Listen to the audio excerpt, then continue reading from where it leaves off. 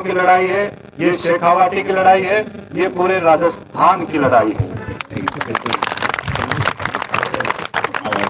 इन बेईमानों ने जिस वीर शौर्य और बलिदान की भूमि राजस्थान को नकल स्थान बना दिया, उसको फिर से राजस्थान बनाने की लड़ाई है।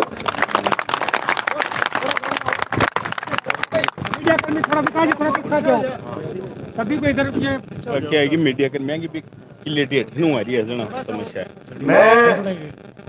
जब मैंने रिजाइन दिया, इस्तीफा दिया 20 अक्टूबर 2021 को, तो मन में ये सवाल था कि जो कुछ करने जा रहा हूं उसमें कामयाब होऊंगा या नहीं होऊंगा, पर साथ में एक विश्वास ये था कि इस लड़ाई में कहीं न कहीं कोई इतिहास लिखा जाएगा, तो किसी कोने में मेरा नाम भी होगा। साथियों, इस्तीफा देना इसलिए आवश्यक था कि एक सरकार, एक घमंडी और अहंकारी सरकार के खिलाफ आवाज उठाते हो तो कोड ऑफ कंडक्ट होता है कि आप सेवा में रहते हुए ये नहीं कर सकते। मैंने इस्तीफा दिया। अब भारत सरकार मुझे पूछे कि आप कोड ऑफ कंडक्ट तोड़ रहे हो, तो मैं कह सकता हूं कि मैंने इस्तीफा दे दिया है। आप कितने दिनों में मंजूर करो, ये आपके ऊपर है। जब 6 तारीख को शहीद स्मारक जयपुर से हमने अपनी लड़ाई शुरू करी, तो हम सैकड़ों थे, आज हजारों हैं। सरकार इसी तरीके से हमारा दमन करती रही तो हम लाखों में खड़े होंगे। जयपुर में जब हम धरना दे रहे थे, रात को 9 बजे उन्होंने धारा 144 लगाई थी। 9 बजे कभी सुना आपने रात को अचानक मतलब धारा लग रही हो? क्या हम दंगाई थे? हम क्या वहां पे आगजनी कर रहे थे? अपना प्रश्न कर रहे थे। जो चोर हैं उनसे अपना हक मांग रहे थे। उन्होंने वहां पर हमारा दमन करने की कोशिश की, डराने की कोशिश की। चलो ठीक है, एक पागल फौजी से आप टकराए हो, आगे आपको क्या इसी से सामना करना पड़ेगा। जयपुर से मैं आ गया, कोविड गाइडलाइन इन्होंने लगा दी, प्रोटोकॉल लागू कर दिया। शहरों में, जिला प्रमुखों में, जहां भी डिस्ट्रिक्ट हेडक्वार्टर था, वहां पे वीकेंड लॉकडाउन स्टार्ट कर दिया। तो मन में ये सवाल था कि 1-2 महीने का जो ये बीच में दौर है कोविड का, इसमें कैसे लड़ाई लड़ी जाएगी। जो मुहिम शुरू करी है उसमें यदि हम रुक गए, थम गए, तो लड़ाई फिर से नए सिरे से शुरू करनी पड़ेगी। तो मैंने ये डिसाइड किया कि ये लड़ाई अब गांव से शुरू की जाएगी। जो अलग है वो गांव में जगाई जाएगी। मैं झुंझुनू आया, छोटा सा गांव है मेरा, जाखड़ों का पास। गांव में आप इस समय चले जाएंगे तो आपको 50 आदमी गांव में नहीं मिलेंगे, इतना छोटा गांव है। गांव में मैं बैठ गया अनशन पे 17 तारीख को। साथियों ने सवाल किया कि इससे क्या होगा, मीडिया कर्मी भी यहाँ नहीं पहुंच पाएंगे, हम जो कर रहे हैं उसको दुनिया नहीं देख पाएगी। मैंने कहा भाई सब्र करो, यदि हमारी लड़ाई सच्चाई के पथ पर है तो हम जरूर कामयाब होंगे। 17 तारीख को अनशन पे मैं बैठा, वहां पर मेरे 2 साथी, एक सवाई माधोपुर की जो पीड़ित महिला थी, जो काफी पहले भी आंदोलन में शामिल हुई है, जो भर्तियों में चल रहे हैं, उससे काफी खफा थी। तो सवाई माधोपुर से वो यहाँ पर आई, संजू लता मीणा उनका नाम था। एक मेरे भाई सुमित शर्मा सीकर से, वो मेरे साथ थे, और जिलों से भी साथी आए हुए थे। वहां पर हमने 5-7 लोगों से अपनी लड़ाई शुरू करी। 17 तारीख को मैं आमरण अनशन पे बैठ गया। आमरण अनशन के 5वें दिन मुझे जबरदस्ती उठाकर और यहाँ पे खेतान हॉस्पिटल में एडमिट कर दिया। पीछे से 2 साथी फिर अनशन पे बैठ गए। तो वहां से जो आग फैली, एक चिंगारी जो गांव तक और गांव से शहरों तक गई, उसका कोई सानी नहीं, उसका कोई तोड़ नहीं था। मेरे साथी मीडिया कर्मों, मेरे साथी मुझसे पूछते हैं कि भाई है कोविड के दौरान इन 1.5 महीने में आप दिखा दीजिए किसी गांव, किसी शहर में कोई कैंडल मार्च निकला है, कोई तिरंगा यात्रा निकली है? केवल जो भर्तियों में घोटाले हुए हैं उसको लेकर हम जो अनशन पे बैठे थे, उससे हमारे जो युवा साथी जुड़े, और ये आग झुंझुनू के प्रत्येक गांव से होते हुए पूरे प्रदेश में फैली, ये कहीं जयपुर की मीडिया में उसको जो प्रॉपर एक दिखाना चाहिए था नहीं दिखाएगा। ये मेरे साथियों की शिकायत है मुझसे। मैं मीडिया कर्मी से ये जो है हाथ जोड़ के मैं विनती करता हूं कि आंदोलन कोई भी मांग होता है उसमें सर्वोपरि जो स्थान होता है वो आंदोलन का होता है। कोर्ट में भी केस चलते हैं, पैरेलल सबूत भी सरकार के सामने पेश किए जाते हैं, पर आंदोलन से ही सरकार पे दबाव बनता है। एक मरा हुआ मुद्दा फिर से जिंदा हुआ इन युवा साथियों की वजह से। जयपुर में जब देख रहे हैं किस तरीके से विकास जाखड़ यहाँ से हैं, मुझे वो रेफर अभी कर दिया। झुंझुनू में उनका जो आह्वान था, बड़ी संख्या में हर राजस्थान प्रदेश के हर जिला मुख्यालय पर कलेक्टर के सामने प्रदर्शन युवा है वो करें। कल एक तरीके से अशोक गहलोत गांव में निकला। मैंने हम सबका नहीं ले रेट सकता। भर्ती का लेवल 2 का पेपर है उसको रद्द कर दिया है, लेकिन आगे की लड़ाई के लिए विकास जाखड़ का आह्वान यह था कि कार्यक्रम उसी तरीके से रहेंगे और जब तक सीबीआई जांच नहीं होती है तब तक हम ऐसे ही सड़कों पर लड़ाई लड़ते रहेंगे। उसी कार्यक्रम के तहत आज झुंझुनू जिला कलेक्ट्रेट से आप देख रहे हो कि विकास जाखड़ संबोधित जनसमूह को कर रहे हैं। वहां पर 13वें दिन मुझसे राजस्थान के मुख्यमंत्री के सलाहकार डॉक्टर राजकुमार शर्मा मुझसे मिलने आए, उनका संदेश लेने कि आप ये अनशन तोड़ दीजिए, आपकी मोटी मोटी मांगे हमने मान ली हैं। मांगे क्या थी?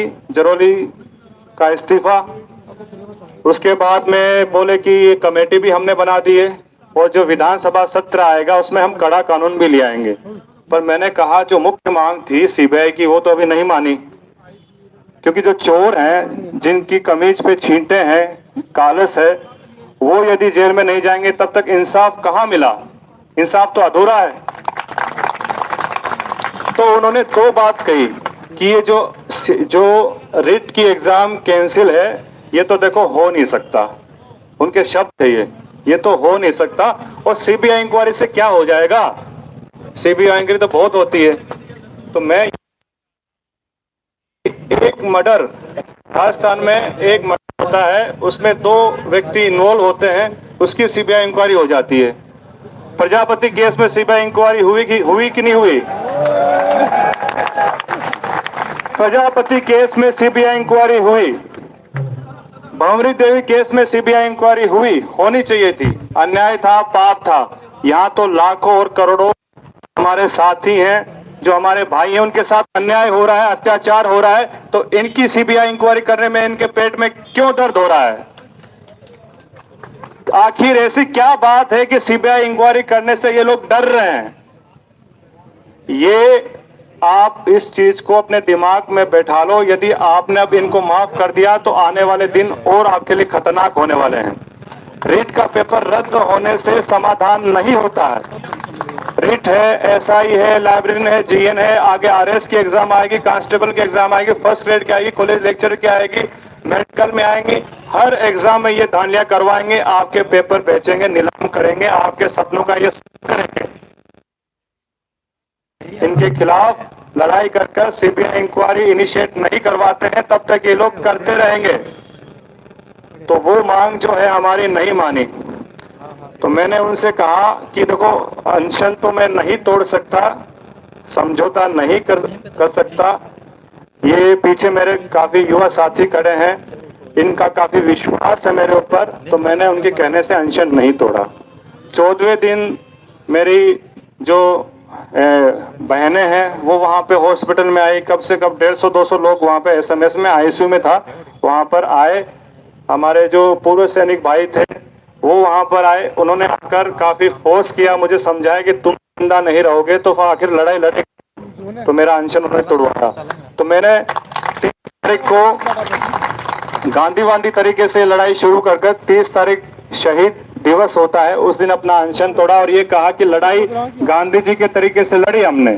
पर सरकार जो आज की है वो इतनी असंवेदनशील है कि अंग्रेज भी उनके सामने कुछ भी नहीं है।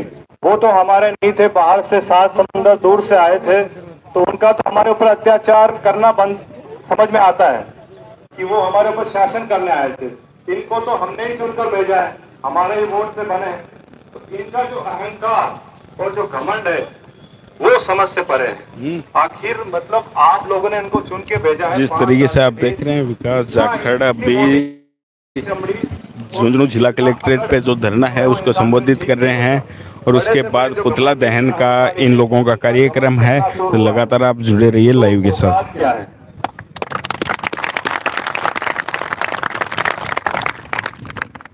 साथियों, लड़ाई हुई और मेरे पास में एक अधिकारी से बात हुई। मुझे उन्होंने बताया कि मुख्यमंत्री जी डेली 3 बार हमारे डीएम साहब से फोन पे बात करते थे जब मैं अनशन पे बैठा, और बोलते थे कि यार ये क्या आफत है, इससे पीछा छुड़ाओ, है ना। तो आप देखो कि एक आदमी, राजस्थान में करोड़ों की जनसंख्या है, एक आदमी मुख्यमंत्री का क्या बिगाड़ सकता है। मुख्यमंत्री को भाई किस चीज का है? मुख्यमंत्री को भाई इस चीज का है कि उन्होंने जो काले कारनामे किए हैं उनके खिलाफ ये जनता कहीं उठ ना खड़ी हो। तो मन में उनके चोट था। मैं उनसे सवाल करना चाहता हूँ, डायरेक्ट सवाल करना चाहता हूँ कि रीट का पेपर रद्द हुआ, केवल रीट का नहीं, सारे पेपर रद्द हुए हैं। एक सीबीआई इंक्वायरी यदि रीट की बैठ जाती है तो सारे पेपर की पोल खुल जाएगी। और ये जो बैठे हैं पूर्व शिक्षा मंत्री का हम नाम लेते हैं, अशोक सुभाष गर्ग का जो नाम लेते हैं, ये भी मोहरे हैं, ये भी मोहरे हैं। एक वो चल रहा था कि अशोक नाम का एक वट वृक्ष है, बहुत छायादार वट वृक्ष है, पेड़ बहुत छायादार है, और उसके नीचे कौन फल फूलते हैं? नकल माफिया, चोर, उचक के फल रहे हैं उनके नीचे। तो मुख्यमंत्री के संज्ञान के बिना इतने बड़े घोटाले संभव नहीं है, इम्पॉसिबल है। मैं एक सवाल आपसे करना चाहता हूं साथियों कि घर में चोर आता है तो आपने लुगाई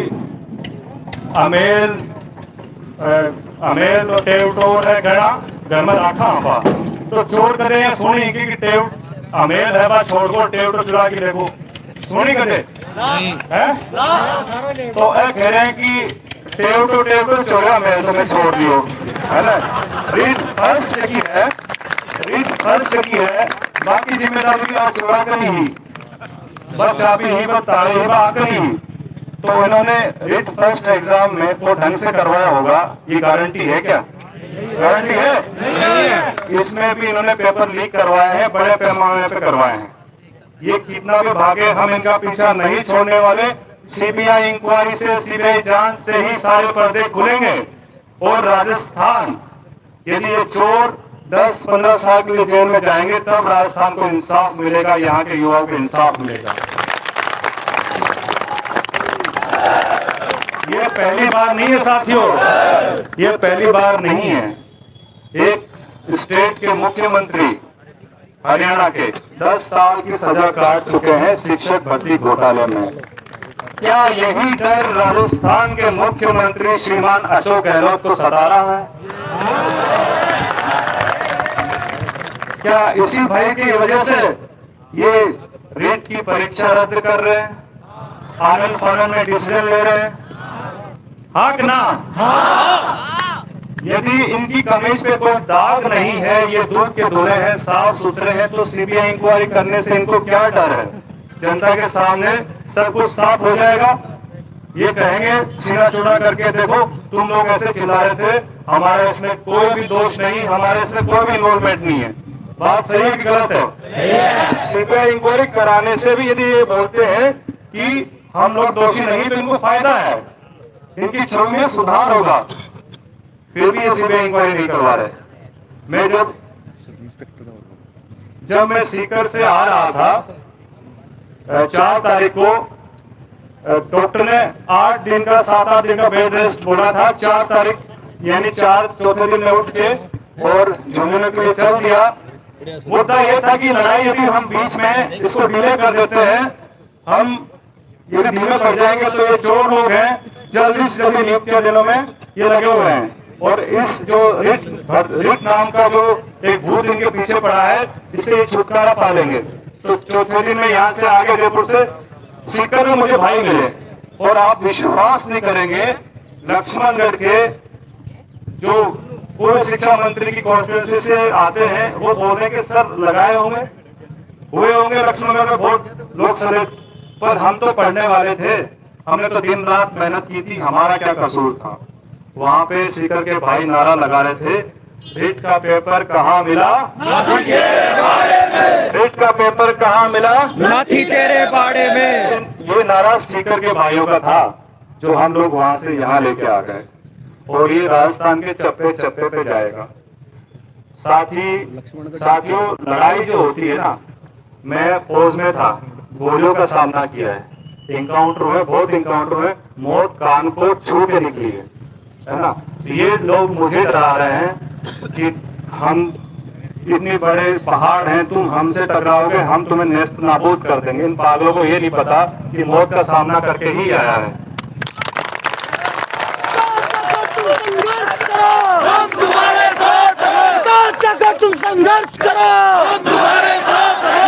जगह तुम संघर्ष करो, हम तुम्हारे साथ हैं। जांच करो, जांच करो, सीबीआई जांच करो, जांच करो, जांच करो, सीबीआई जांच करो, जांच करो, जांच करो, सीबीआई जांच करो। रीट का पेपर कहाँ मिला, नाथी तेरे बाड़े में। रीट का पेपर कहाँ मिला, नाथी तेरे बाड़े में। गलत तेरी तन्नाशाही नहीं चलेगी, नहीं चलेगी। गलत तेरी तन्नाशाही नहीं चलेगी, नहीं चलेगी। इंकलाब जिंदाबाद।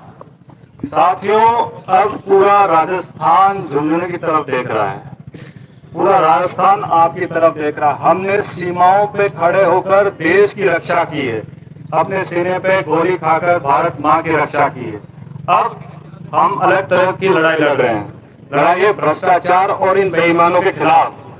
तो आप लोग और हमारे जो भूतपूर्व सैनिक भाई हैं, वो मिलकर इस लड़ाई की अगुवाई करें, और केवल हमारे बच्चे नहीं, हमारे स्टूडेंट नहीं, हमारे युवा नहीं, पूरे राजस्थान के युवाओं को न्याय मिले, इसकी हम लड़ाई लड़ रहे हैं। तो मैं आपसे पूछना चाहता हूँ, आप इस लड़ाई में अगुवाई करने के लिए तैयार हैं? तैयार हैं? तो इस मुद्दे को हम ठंडा नहीं पड़ने देंगे। 14 तारीख को मैं आपसे पूछना चाहता हूँ, 14 तारीख को मैंने विधानसभा घेराव का आह्वान कर रखा है। राजस्थान का हर जिले से, हर क्षेत्र से युवा हमसे जुड़ा हुआ है। वो कह रहा है सर आप जयपुर आइए, हम बहुत बड़ा कुछ करके दिखाएंगे। तो क्या आप लोग साथ हो? देखो, डरने की और भाई मन में कोई भय लाने की जरूरत नहीं है। तुम्हारा भाई सबसे आगे खड़ा रहेगा। ये पुलिस के भाई हमारे यहाँ पर खड़े हैं, ये लगभग 14-15 दिन मेरे साथ ही रहे, रात दिन इनकी ड्यूटी लगती थी। मुझे ये कि कोई बहुत बड़ा खूंखार आतंकवादी हो उस तरह से ये पहरा देते थे। तो ये भी आकर भारत माता की जय, भारत माता की जय। ये भी आकर यही बोलते थे कि सर आप जो लड़ाई लड़ रहे हो बिल्कुल सही लड़ाई है, हमारे भी बच्चे हैं जो इस पीड़ा से जूझ रहे हैं, तो आप आगे बढ़िए, हम आपके साथ हैं। तो प्रशासन भी साथ है, केवल भ्रष्ट राजनेता, मंत्री और हमारे राजस्थान के मुख्यमंत्री इनके इशारों पर ही ये कार्रवाई करते हैं, हमारे खिलाफ केस मुकदमों का डर दिखाते हैं। तो आप हम इनसे डरने वाले नहीं हैं, हम इनसे डरने वाले नहीं हैं।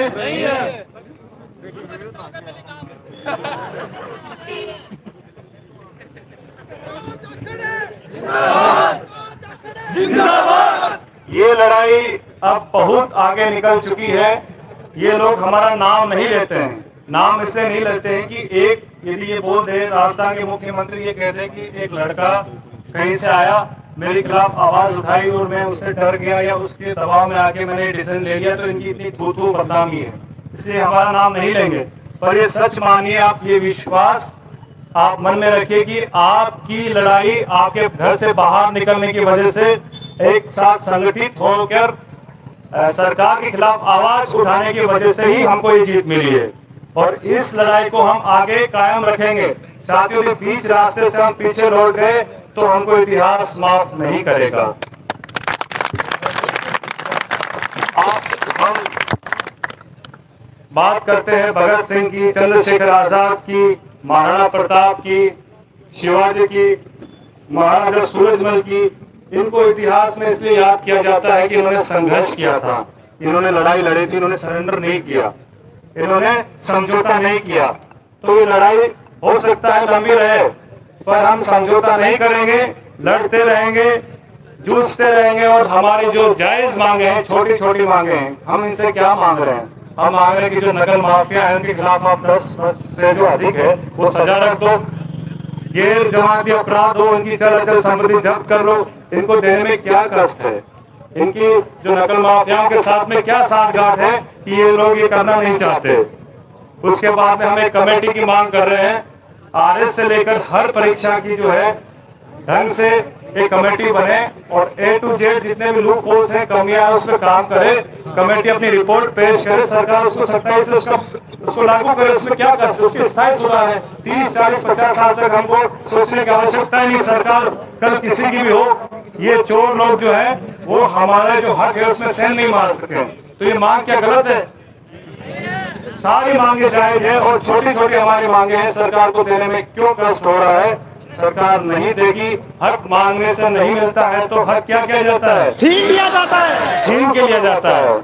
तो हम इस लड़ाई को जारी रखेंगे।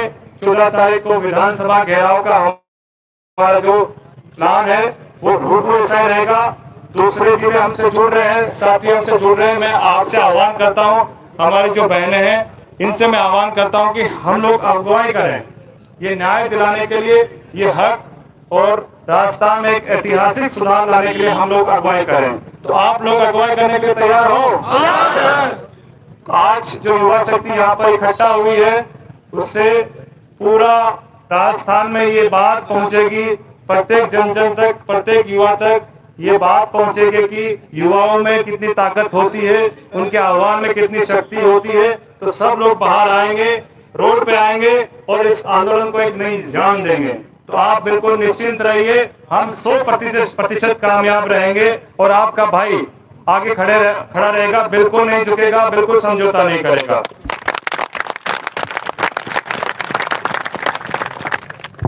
गहलोत की अंतिम यात्रा करना अभी साथी जो है इनका ये था कि हमारे जो मुख्यमंत्री जी हैं, माननीय मुख्यमंत्री जी हैं, वो इतने घमंड में चोर हैं कि अपने आप को राजा से कम नहीं समझ रहे।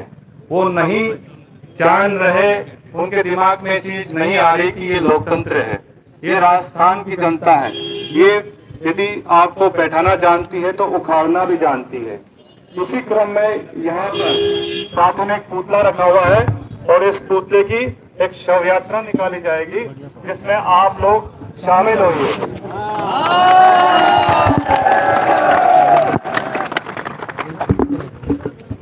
इसके बाद में हम कलेक्टर महोदय को, आप सभी के सिग्नेचर हो चुके हैं, कलेक्टर महोदय को जो हमारी जायज मांगे हैं उसका ज्ञापन देंगे। साथ में हमारे जो युवा हैं जो फौज में जाना चाहते हैं उनके लिए मैं कहना चाहता हूं कि ये बात मैं कई बार कह चुका हूं, बहुत से इंटरव्यू कह चुका हूं कि हमारे यहाँ के युवा जो हैं वो बचपन से देश सेवा का सपना पालते हैं। इस मातृभूमि के लिए मर मिटने के लिए उतावले हो रहे हैं। तो जो भी सेना भर्ती है वो जल्दी से जल्दी करवाई जाए और इनके सपने को साकार किया जाए।